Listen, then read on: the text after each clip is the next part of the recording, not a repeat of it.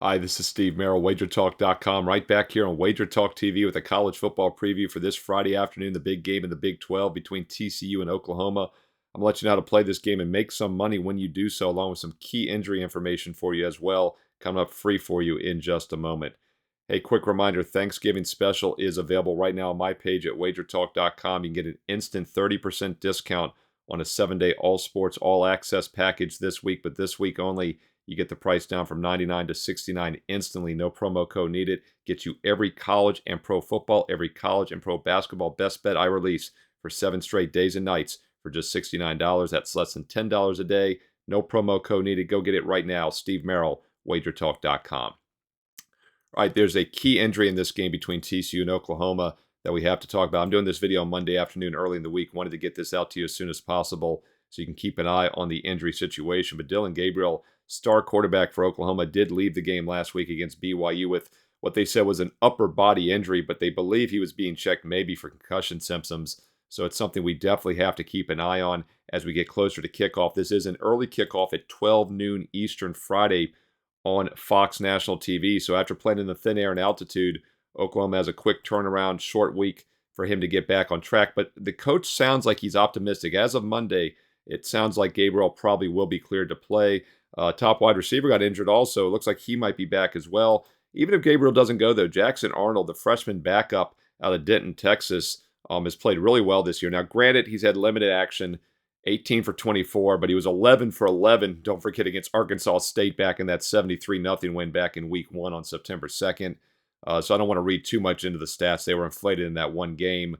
But he was 5 for 9 last week in mop-up duty, and he does have 2 touchdowns, no interceptions on the season. So I think he's a capable backup. Obviously, this line will drop probably a bit if Gabriel cannot play.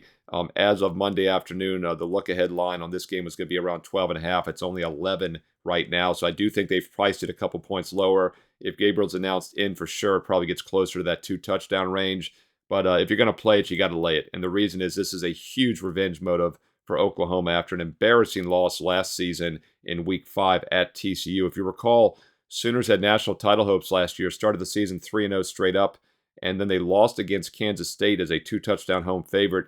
And boy, did that loss linger the following week at TCU on October 1st a year ago as they got blown out 55-24, gave up 668 yards on defense. TCU had almost 9 yards per play in that game, and there was nothing misleading about it. It was a 1-0 turnover disadvantage. Oklahoma was exposed in that game, and it really opened the floodgates for what was a terrible season afterwards. In fact, they only covered 2 games over the next 7-game span there after that loss last year. And, of course, it was the first of 3 straight losses in a row as they also went on to lose against Texas 49-0 the following week in that rival game. So it really ruined the season for Oklahoma. I'm sure they've had this game circled, and they want to make the Big 12 championship game. They need to win. And on top of that, TCU is 5-6, which means they can keep the Horned Frogs out of a bowl game by giving them that 7th loss. So focus spot for Oklahoma. Wish we had more clarity on the quarterback situation. Maybe we will later in the week. But once again, if you're going to play it, I think you have to lay it either way with Oklahoma minus the 11 in a huge revenge motive Friday afternoon, noon Eastern on Fox.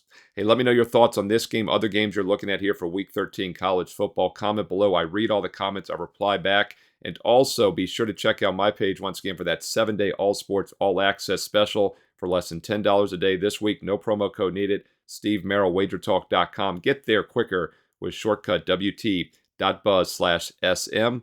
And don't forget to hit subscribe and hit the bell for instant alerts. You'll know when all my videos and game previews go live each and every day here on the channel, including my top 25 college football preview on Thursdays and my NFL Fade the Public video this Saturday as well. And be sure to stay tuned right here on Wager Talk TV for more great college and pro football preview videos coming up next.